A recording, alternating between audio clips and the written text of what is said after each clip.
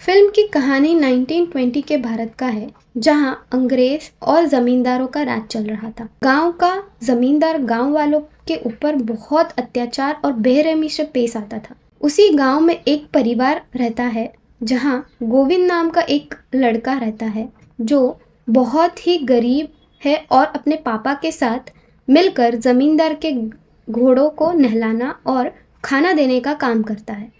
गांव के लोगों को घुड़सवारी करने का इजाज़त नहीं है, लेकिन गोविंद का एक ही सपना रहता है कि वो घोड़े के रेस में हिस्सा ले सके।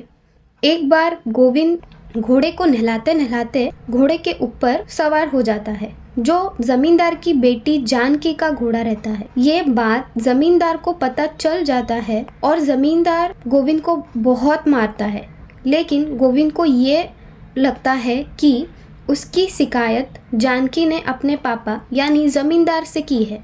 उसी बात को लेकर गोविंद के दोस्तों ने ये शर्त रखा है कि होली पे उसे जानकी को रंग लगाना होगा और शर्त के मुताबिक होली पे वो जानकी को रंग लगा देता है। अब गोविंद इस बात को लेकर बहुत ही डर गया है और उसी के चलते वो गांव छोड़कर चला जाता है।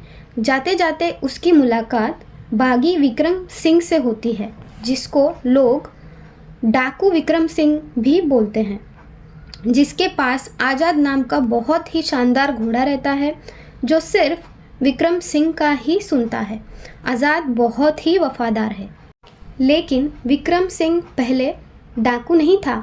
उसका एक गर्लफ्रेंड थी, जिसकी शादी गांव के ज़मींदार के बेटे से ज़बरदस्ती करा दिया गया था, जिससे वो बागी बन जाती। लेकिन विक्रम सिंह की गर्लफ्रेंड कभी कभी चुपके से उससे मिलने आती थी और ये बात ज़मींदार के बेटे को पता चल जाता है और अभी ज़मींदार का बेटा विक्रम सिंह को मारने का प्लान बनाता है, जिसमें वो विक्रम सिंह के वफादार आदमी को अपने तरफ कर देता है। अभी वो सब मिलकर एक षड्यंत्र रचते हैं और विक्रम सिंह उसमें फंस जाता है और मर जाता है। पर मरते वक्त उसके साथ आज़ाद और गांव से भागा हुआ गोविंद उसके साथ रहते हैं। आज़ाद बहुत ही टूट जाता है और रोते रोते खाना खाना बंद कर देता है। अभी आज़ाद की जिम्मेदारी गोविंद पर आ जाती है और वो उसे लेकर गांव वापस आ जाता है और फिर वो सीधा ज़मींदार की बेटी जानकी के पास जाता है और उसे माफ़ी मांगता है। जानकी उसे माफ़ कर देती है।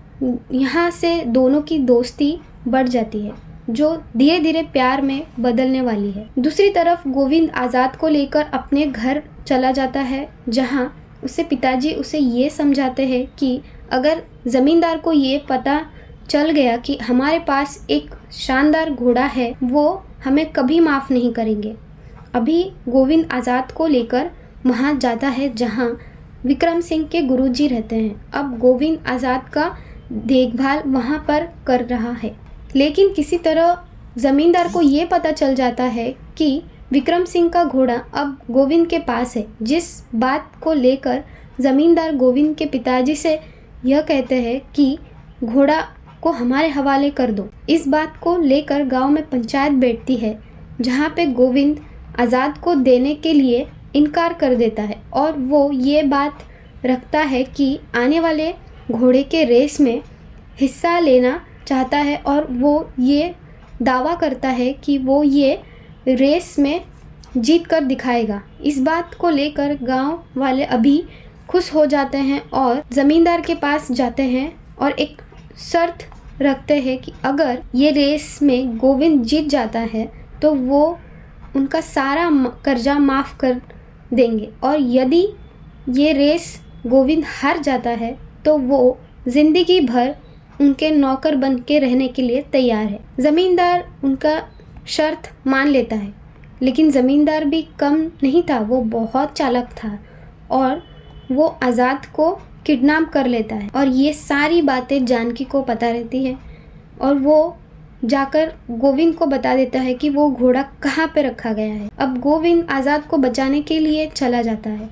दूसरी तरफ रेस की सारी तैयारी हो गई होती है और रेस में हिस्सा लेने वाले सारे लोग आ जाते हैं, लेकिन अभी तक गोविंद का कोई खबर नहीं रहता है। गांव वाले बहुत डर जाते हैं और गोविंद का बेसब्री से इंतज़ार करते हैं। दूसरी तरफ गोविंद ज़मींदार के गुंडों से लड़कर आज़ाद को लेकर रेस में पहुंचता है, लेकिन फिर से ज़मींदार का बेटा आज़ाद के ऊपर चाकू से हमला कर देता। आज़ाद बहुत घायल है और वो चल भी नहीं पा रहा है, जिसे देखकर गोविंद और गांव वाले मायूस हो जाते हैं। तभी आज़ाद को गोविंद में विक्रम सिंह नजर आता है। वो अपने मालिक को हारते हुए नहीं देख सकता। आज़ाद उसी हालत में दौड़ना शुरू कर देता है। अब वो सारे घोड़ों से आगे है, लेकिन ज़मींदार के बेटे के साथ। अब गोविंद हार नहीं मानता है और ज़मींदार के बेटे से लड़कर आगे निकल जाता है। इस तरह गोविंद अपने गांव को आज़ाद कर देता है। मिलते हैं नेक्स्ट वीडियो पे। Till then take care, bye bye.